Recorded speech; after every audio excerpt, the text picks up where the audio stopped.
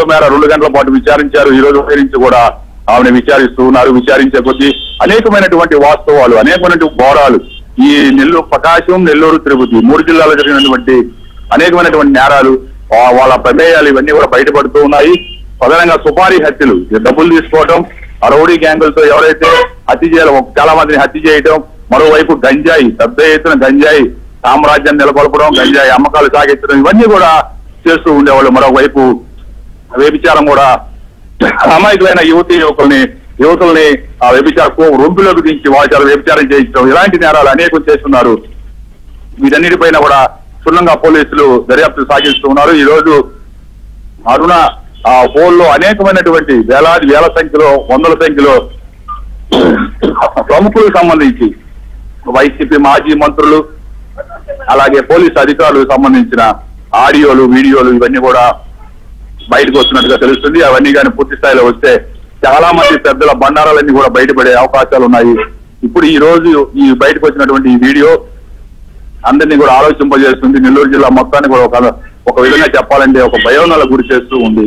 ఇంత పెద్ద ఎత్తున ఈ నేరాలకి ఒడిగడుతున్నారా అంటే ఒక రాజకీయ లబ్ధి కోసం దేనికైనా తెగిస్తారా అని చెప్పి చాలా మంది తీవ్రంగా ఆగ్రహం. మహేష్, దీని వెనుక వైసీపీ ఉంది అని చెప్పేసి ఒక అనుమానం అయితే వ్యక్తం అవుతుంది, అనుమానాలు వ్యక్తం చేస్తున్నారు. దీన్ని టీడీపీ ఏ విధంగా తీసుకుంటుంది? టీడీపీ శ్రేణులు గట్టిగా చెప్తున్నారు, కోటంరెడ్డి శ్రీధర్ రెడ్డిని అంతమొందించాల్సిన అవసరం కేవలం వైసీపీ వాళ్ళకి, వైసీపీ పెద్దలకు మాత్రమే ఉందని చెప్పి ఆరోపిస్తున్నటువంటి పరిస్థితి. దీనికి ప్రధానంగా వాళ్ళు చెప్తుంది, అధికారంలో ఉన్నప్పుడే, వైసీపీ అధికారంలో ఉన్నప్పుడే 18 నెలల కిందటే, 18 నెలల ముందే కోటంరెడ్డి శ్రీధర్ రెడ్డి ఆ పార్టీని విభేదించి, జగన్ విధానాలను విభేదించి బయటికి రావడం జరిగింది, టీడీపీలో చేరడం జరిగింది. అదే సమయంలో ఆనం రామనారాయణ రెడ్డి, ఆయన చాలా సీనియర్ మోస్ట్ రాజకీయవేత్త, అలాగే మేకపాటి చంద్రశేఖర్ రెడ్డి, ఆయన కూడా చాలా సీనియర్. వీళ్ళు ముగ్గురు ఎప్పుడైతే ఒకేసారి దాదాపు ఒక రోజుల వ్యవధిలో ఆ వైసీపీ నుంచి బయటికి వచ్చారో, ఒక వైసీపీకి పెద్ద బిగ్ షాక్ కలిగింది. ఎన్నికలకు ముందు వాళ్ళు రావటం, వాళ్ళ వెనకాల మిగిలిన వాళ్ళంతా కూడా ఆలోచనలో పడటం, చాలా మంది ఇక వైసీపీకి భవిష్యత్తు లేదని చెప్పి గ్రహించి పక్క రావడం, దీనివల్ల మొత్తానికి కూడా ఓవరాల్ గా ఆంధ్రప్రదేశ్ లో వైసీపీ దెబ్బతినడానికి, గత ఎన్నికల్లో ఘోర అపజయం పాలవడానికి కారణం ఈ కోటంరెడ్డి శ్రీధర్ రెడ్డి. అందుకనే కోటంరెడ్డి శ్రీధర్ రెడ్డిని టార్గెట్ చేశారని చెప్పి టీడీపీ శ్రేణులు కానీ కోటంరెడ్డి అనుచరులు కానీ చెప్పుకొస్తూ ఉన్నారు. ఇదంతా కూడా ఒక పెద్ద కుట్ర, వైసీపీ పెద్దలు చేసినటువంటి కుట్రలో భాగంగానే ఈ రౌడీ షీటర్లు ఇంత ధైర్యంగా ఒక రూమ్ లో సమావేశమయ్యి ఒక ప్రజెంట్ ఎమ్మెల్యే హత్యకి ఇంత కుట్ర చేస్తారా అని చెప్పి కూడా చర్చిస్తున్నటువంటి పరిస్థితులు ఉన్నాయి. మొత్తం మీద ఆయన అంతమందిస్తే పెద్ద ఎత్తున పెద్ద మొత్తాల్లో డబ్బు కోట్లాది రూపాయల డబ్బు అందరికీ కూడా వస్తుంది. మరోవైపు గూడూరు, సులూరుపేట ఏదో ఒక సీట్ ఇస్తారు, అక్కడ ఎమ్మెల్యేగా మన వాళ్ళు గెలిస్తే ఇక మనకి తిరుగుండదు అనే ఒక సంభాషణలు వీళ్ళ మధ్య, రౌడీల మధ్య జరిగింది. ఒక రౌడీ అంటే ఒకరో ఇద్దరు కాదు, ఏకంగా చూస్తే వందలాది మంది రౌడీలతోటి రౌడీ గ్యాంగ్లన్నీ కూడా తయారు చేసినట్లుగా తెలుస్తుంది. వాళ్ళంతా కూడా ఎంత ఘోరంగా వ్యవహరించే వాళ్ళంటే, ఆ 5 ఏళ్ల వైసీపీ ప్రభుత్వంలో శివారెడ్డి అనే ఒక చిన్న వ్యాపారి, ఆయన దగ్గర మనీ సెటిల్మెంట్ చేసి మనీ తీసుకొని తర్వాత ఆయన కారు ఈ 2 రోజులు తీసుకెళ్లి ఇప్పటి వరకు కూడా ఇవ్వకపోతే, ఇటీవల ఈ మధ్యనే పోలీసులను ఆశ్రయించి నా కారు నాకు ఆ రౌడీ ముక్కలు నుంచి ఇప్పించండి, దానిలో గంజాయి ఇతరైన రవాణా చేస్తే నేను లేనిపోని కేసులు ఇరుక్కోవాల్సి వస్తుందని చెప్పి శివారెడ్డి బాధపడినటువంటి పరిస్థితులు. అలాగే విజయవాడకు చెందినటువంటి ఒక వ్యక్తి 21 లక్షలు పోగొట్టుకున్నాను అరుణ వల్ల అని చెప్పి ఆయన కూడా ముందుకు రావడం జరిగింది. మరొకటి సూలూరుపేటలో 2 చనిపోయారు. ఆ 2 అనుమానాలు చాలా ఉన్నాయి.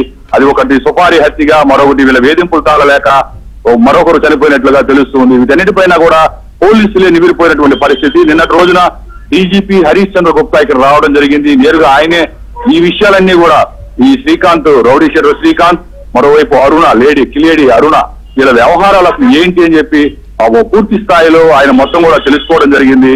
వీళ్ళంతా కూడా ఈ వైసీపీ ప్రభుత్వ హయాంలోనే రౌడీ గ్యాంగులు ఏర్పాటు చేయడం. ఉదాహరణకు నెల్లూరులో ఒక సోని ఒక రౌడీ గ్యాంగ్ ఉంది, ఒక మహిళ, ఆమె అరుణకు అత్యంత సన్నిహితురాలు. వాళ్ళ కింద మళ్ళా ఒక 5-6 గ్యాంగులు, చిన్న గ్యాంగులు పనిచేస్తున్నాయి. యువకులు ఎవరైతే ఉన్నారో వాళ్ళ ముందుగా టార్గెట్ చేస్తారు.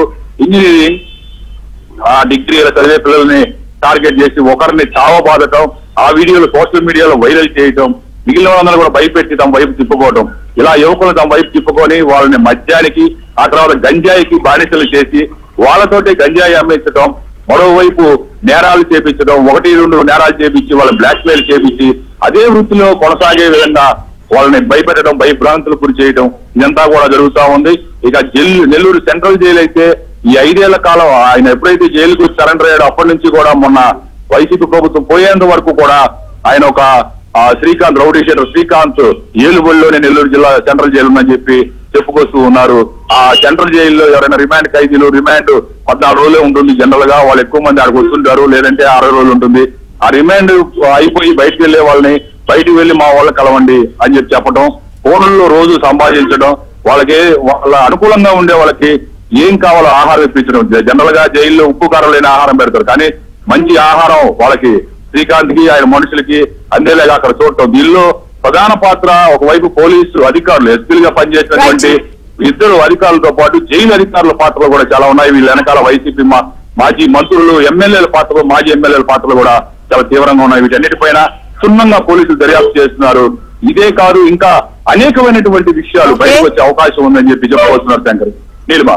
Right, thank you Mahesh. చూసుకోండి, ఉదయం చూసుకోండి. నా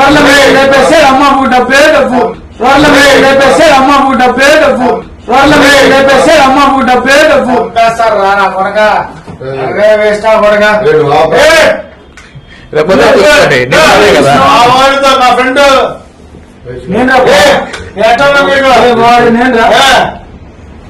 ఎన్ని స్టేషన్ రాలేదు, ఎన్నిసార్లు రాలేదు, ఎన్నిసార్లు